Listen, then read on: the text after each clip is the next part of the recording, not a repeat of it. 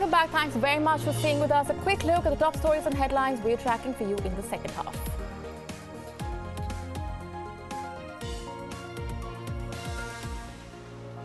The Reserve Bank of India suspends withdrawal limit from 1st of February. Saving account withdrawal limit remains the same.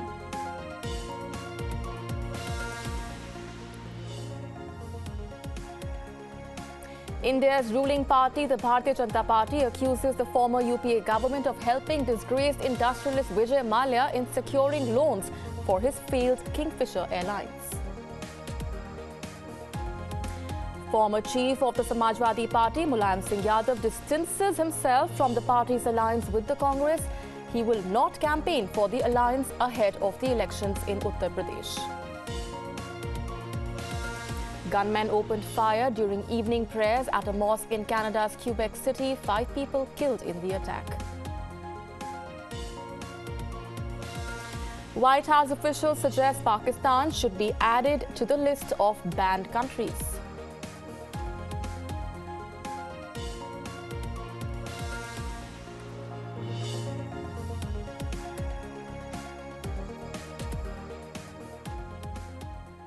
Multiple cities in the United States witnessed huge protests against President Donald Trump's immigration policies. Demonstrators marched, chanted and held up signs decrying Trump's decision to bar citizens from 7 Muslim-majority countries from entering the United States. Huge crowds were seen across the country. Not surprisingly, Washington, D.C. attracted protesters in big numbers who marched towards the White House, voicing their anger at Trump's executive order. Similar scenes unfolded at the Los Angeles International Airport and in San Francisco. Well, the rallies lasted into the night, and many American cities, including Seattle in the northwest of the country. Trump signed the executive order on Friday, also suspended entry of all immigrants to the U.S. for 120 days and put an indefinite halt on all admission of Syrian refugees.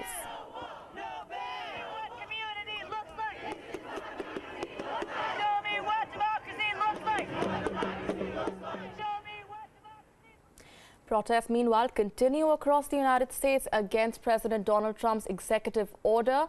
Hundreds of people have been holding placards, demonstrating outside the White House as well. Many tourists in New York also question the notion that this move will stop terrorist attacks in the U.S.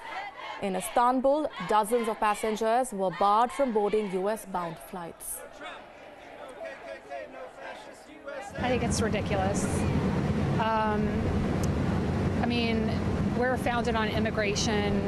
Those folks had visas to come to this country, so I don't agree with it at all. I think it was just a ridiculous thing to do. When I arrived to the airport, they informed me you can't travel because your visa is cancelled. I told them if it's cancelled, I must receive any official email from the embassy. They told me just you can go to the embassy and check with them. When I told him that the flight will be lost, he said it's not my problem. While massive protests are taking place in the U.S. Capitol, social media is abuzz with reactions against President Donald Trump over his new immigration policy. Twitteratis are posting videos and photographs of the protests taking place in Washington with the hashtag Muslim Ban Protest.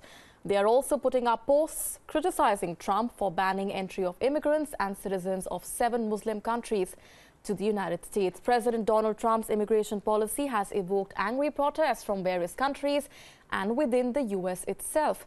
The new decree puts a 4-month-long ban on entry of immigrants into the U.S. while also barring citizens from Syria, Iran, Iraq, Sudan, Somalia, Yemen and Libya from entering the United States. A U.S. federal judge, meanwhile, put an emergency stay on the order after chaotic scenes were witnessed at the U.S. airports where immigrants were being sent back to their home countries. And though that emergency stay has been put on President Donald Trump's controversial immigration order, refugees residing in the U.S. have expressed concerns over their future in the country. بلد ديمقراطي، بلد محترم، بلد مسامح، وبدنا نرجع لهم شملنا مثل الأول. يعني هالوقفه هاي الوقفه بدها تضرنا كثير. نحن صار اهلي ابي بعيد، امي بعيده، اخواتي بعيدين، كلياتنا بعيدين. Until just the past few days, I felt like I was very welcomed here as a Syrian in the United States. But the past few days, I start feeling I am not welcomed here anymore. They don't want any more Syrians in their country, specifically Muslim Syrians. British Olympic champion Mohamed Farah, meanwhile, also condemned US President Trump's curbs on immigrants and visitors.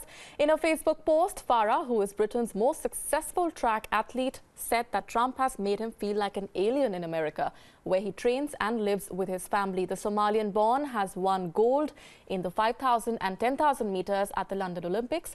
He has also received the honor of knighthood from Queen Elizabeth II. In my head, I was telling myself, I'm going to get there, I have to get there, and dig in, and got great support from the crowd, and it gave me a bit more boost. That extra 10% I think came from the crowd. German Chancellor Angela Merkel criticized Donald Trump, telling him that the fight against terrorism was no excuse for banning refugees or people from Muslim countries. A spokesman said Merkel expressed her concerns to Trump over the phone and reminded him that the Geneva Conventions called for the international community to take in war refugees. The comments are the first indication of discord between the two leaders. This was something, a 5-year ban that I've been talking about a lot in the campaign. And trying to quell a backlash over his immigration order, Donald Trump said the U.S. would resume issuing visas to all countries once secure policies are put in place over the next 90 days. Under an order he signed on Friday, immigrants from 7 Muslim-majority countries were barred from entering the United States. He also said green card holders will not be barred from returning to the U.S., a decision that draws large protests at many U.S. airports and worldwide condemnation.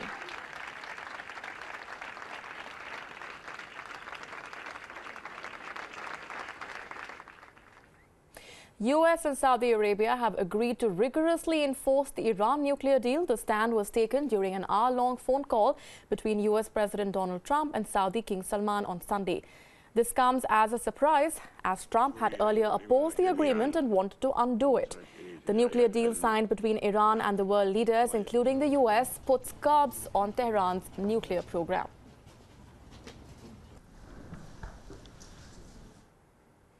Israeli Prime Minister Benjamin Netanyahu voiced his support to Trump's suggestion of moving the U.S. embassy to Jerusalem from Tel Aviv. He, however, gave no time frame when the embassy is going to move. Currently, no country has its embassy in Israel's capital, and Netanyahu said that it is right that all embassies should be moved to Jerusalem.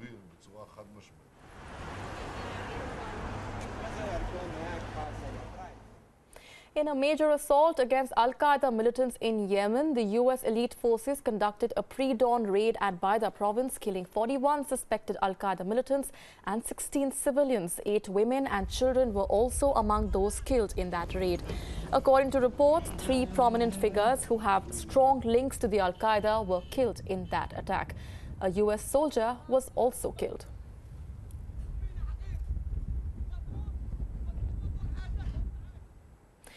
5 people were killed in Canada's Quebec City after gunmen opened fire at people during evening prayers at a mosque on Sunday. According to eyewitnesses, there were 3 gunmen who opened fire at about 40 people inside the Quebec City Islamic Cultural Center. 8 people have been wounded in that firing. Police have put up a security perimeter, meanwhile, around the mosque and refused to comment on the incident.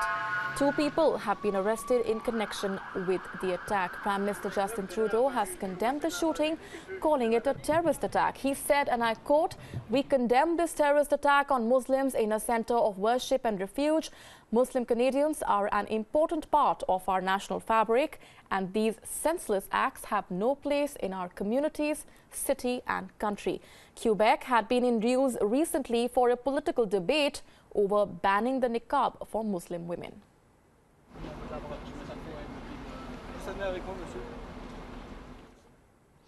In France, socialist left-winger Benoit Hamon won his party's nomination for the country's presidential race, defeating former Prime Minister Emmanuel Macron in the second round of the primary elections.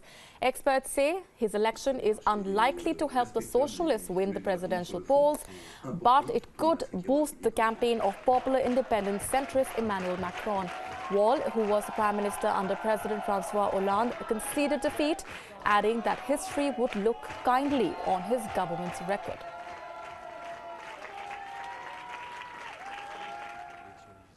On to Philippines now. The country's lawmakers are racing to pass a bill which lowers the criminal liability of minors from 16 to 9 years. A bill has been filed in the National Legislature Assembly by Speaker Pantaleon Alvarez.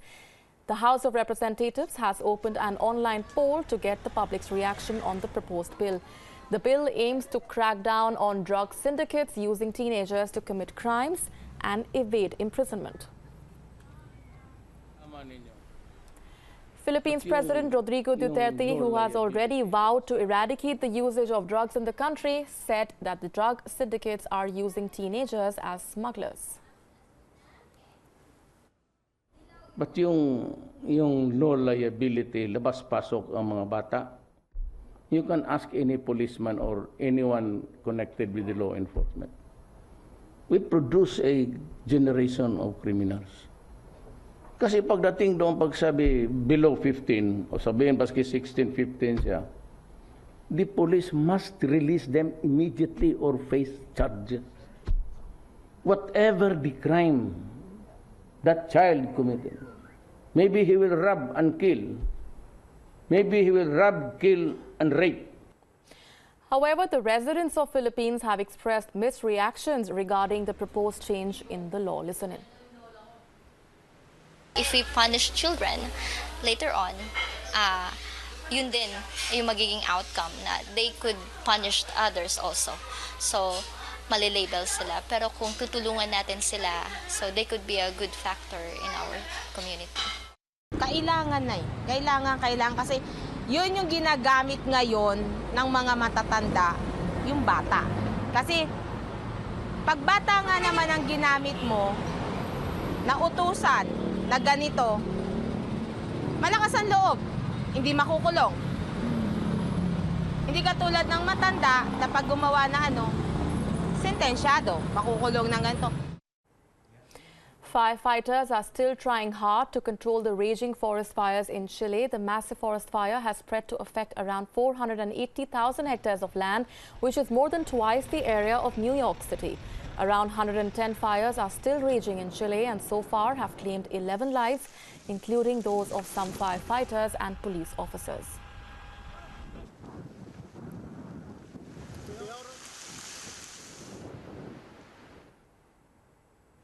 On that note, taking a short break, just a reminder for what awaits you in just about 15 minutes from now. On Gravitas tonight, Saudi Arabia and Pakistan escape ban on Muslims entering the United States. That is waiting for you at 9 p.m.